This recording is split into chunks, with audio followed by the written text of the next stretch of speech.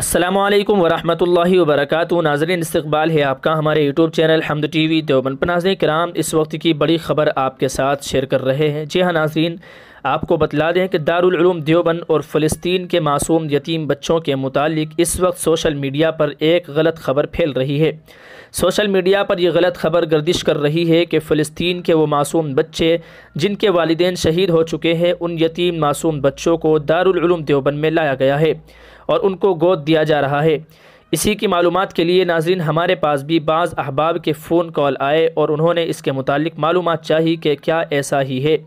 ناظرین کرام، دارالعلوم دیوبند کے متعلق یہ خبر پھیلائی جا رہی ہے کہ دارالعلوم دیوبند میں ان بچوں کو لایا گیا ہے۔ ناظرین، دارالعلوم دیوبند نے اپنے سوشل میڈیا کے آفیشیل ویب سائٹ پر یہ بیان جاری کیا ہے۔ وضاحتی بیان آپ کی اسکرین پر ہم نے لگا دیا ہے، آپ دیکھ سکتے ہیں۔ دارالعلوم دیوبند میں یتیم فلسطینی بچوں کے سلسلے میں وضاحت۔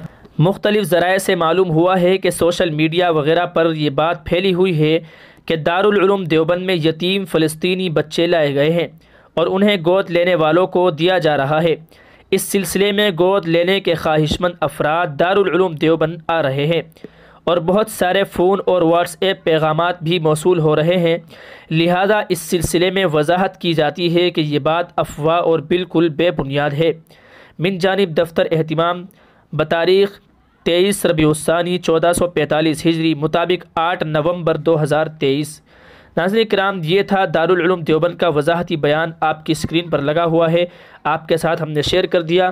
ناظرین، آپ سے گزارش ہے آپ اس خبر کو زیادہ سے زیادہ شیئر کیجیے اپنے واٹس ایپ کے تمام گروپ میں، تاکہ ان لوگوں کو معلوم ہو جائے جو اس خبر کے متعلق غلط فہمی کا شکار ہیں کہ دارالعلوم دیوبند میں اس طرح کا معاملہ ہوا ہے یا فلسطین کے معصوم یتیم بچوں کو دارالعلوم دیوبند میں لایا گیا ہے۔ ناظرین، آپ اس ویڈیو کو زیادہ سے زیادہ شیئر کیجیے تاکہ ان لوگوں تک یہ خبر پہنچ جائے جو غلط خبر کا شکار ہیں۔ چلیے ناظرین، پھر ملتے ہیں کسی دوسری خبر کے ساتھ، تب تک اللہ حافظ۔ دعا کیجیے اللہ تعالی فلسطینی مسلمانوں کی نصرت و مدد فرمائے، اللہ ظالموں کو نیست و نابود فرمائے۔ السلام علیکم ورحمۃ اللہ۔